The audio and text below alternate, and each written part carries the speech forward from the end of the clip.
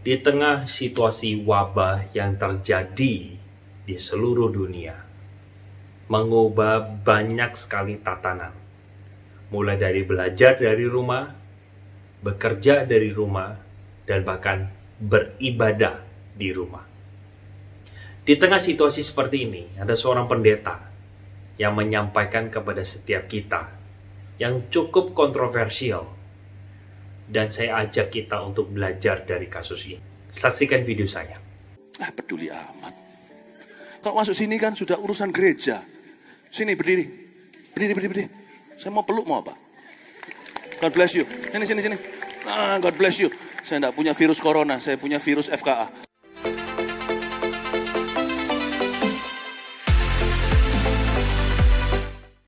Teman-teman silakan subscribe video saya, karena dengan cara teman-teman menekan tombol subscribe ini memberikan semangat dan motivasi kepada saya untuk terus boleh membuat video dan berkarya bagi Tuhan.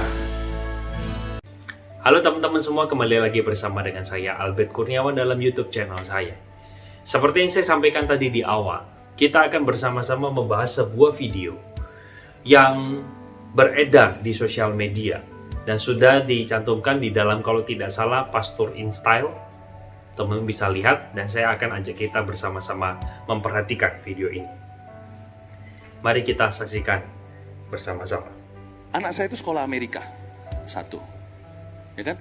Saya tiap hari itu dengan anak saya, mama papanya saya dan istri anak saya itu, sehari itu minimal 2 kali itu kita itu FaceTime. Kadang-kadang itu FaceTime ya udah dinyalain gitu aja, sana juga nyala, kita melakukan aktivitas nggak selalu bicara. Tapi tetap nggak bisa menjadi pengganti kalau ketemu secara pribadi. Namanya gereja itu kita ketemu bukan cuma sama Tuhan, tapi kita ketemu saudara seiman. Oke, dalam hal ini saya sedikit komentari dulu. Sedikit dia menceritakan tentang pengalaman dia bersama dengan keluarga, dia suka FaceTime. Menurut saya ada sedikit saja saya ingin memberikan sebuah klarifikasi, yaitu kita kalau ketemu Tuhan tidak harus di gereja, teman-teman. Tetapi di segala tempat kita bisa berjumpa dengan Tuhan. Makanya Yesus di dalam Yohanes pasal 4, dia mengatakan kita menyembah dia di dalam roh dan kebenaran. Artinya roh dan kebenaran artinya apa?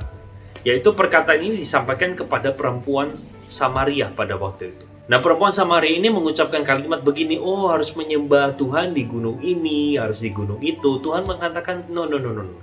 Tapi sembahlah dia di dalam roh dan kebenaran. Apa artinya roh dan kebenaran? Roh itu artinya tidak terbatas oleh ruang dan waktu. Jadi kapanpun, dari manapun, kita bisa menyembah Tuhan. Dan di dalam kebenaran artinya tidak boleh ada kekeliruan, tidak boleh melanggar faedah atau kaidah atau kebenaran firman Tuhan. Sehingga kata roh dan kebenaran itu adalah konsep di mana kita menyembah Tuhan tidak lagi terbatas oleh ruang dan waktu, dan juga tidak lagi terbatas untuk harus ada di satu gedung tertentu. Itu sebabnya saya sebagai orang percaya, saya tidak keberatan ketika dilakukan ibadah secara online. Hal ini sangat justru membantu di tengah wabah yang sedang terjadi, menolong setiap banyak orang Kristen untuk mereka tetap disiram oleh kebutuhan rohani, dan pada waktu yang bersamaan juga mereka juga bisa beribadah kepada Tuhan. Mereka belajar kebenaran firman Tuhan, semuanya lewat metode online. Dan bagi saya ini tidak melanggar kaidah Alkitab, karena menyembah dalam roh dan kebenaran. Nah, kita lanjutkan videonya. Rasanya itu kepingin deh peluk Anda. Peduli amat. Kalau masuk sini kan sudah urusan gereja. Sini berdiri. Berdiri. Saya mau peluk mau apa? God bless you. Sini. God bless you. Saya tidak punya virus, saya punya virus FKA. Kamu juga mau berdiri sekali. Ya, God bless you. Gitu loh ya. Kalau mau kena itu gembalanya dulu yang kena. Jadi nggak usah ketakutan. Oke, saya sangat menyayangkan sekali apa yang dilakukan oleh pendeta ini. Teman-teman semua, menurut saya, bukannya berbicara soal takut dengan penyakit, bukan. Tetapi kita sebagai orang Kristen jangan lupa Roma pasal 13, kita harus menghormati pemerintah.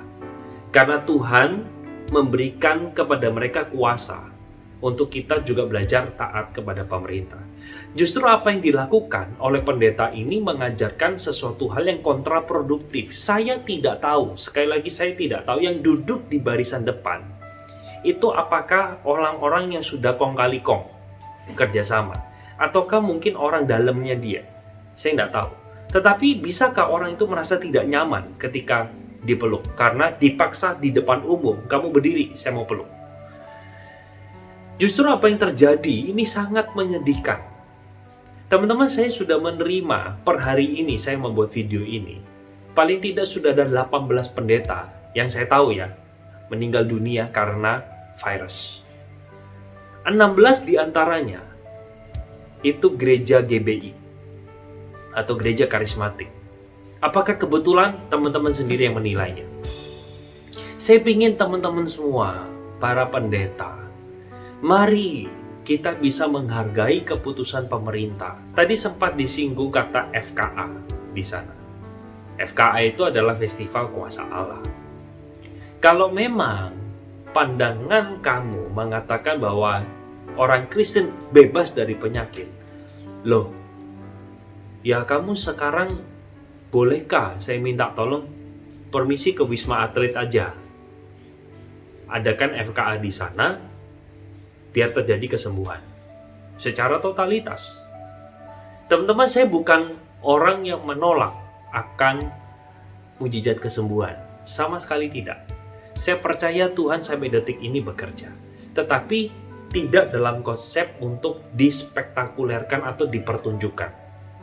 Saya percaya Tuhan masih bekerja di tengah kemustahilan.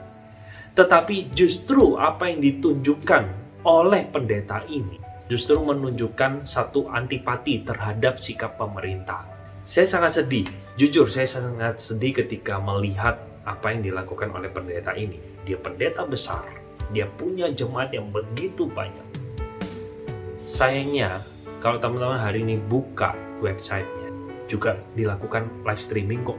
Saya bukan nantang untuk mengadakan pertemuan, tidak. Tapi seharusnya itulah yang dilakukan. Dan kamu sebagai pemimpin yang besar sekali, Tuhan berikan begitu besarnya kekuatan.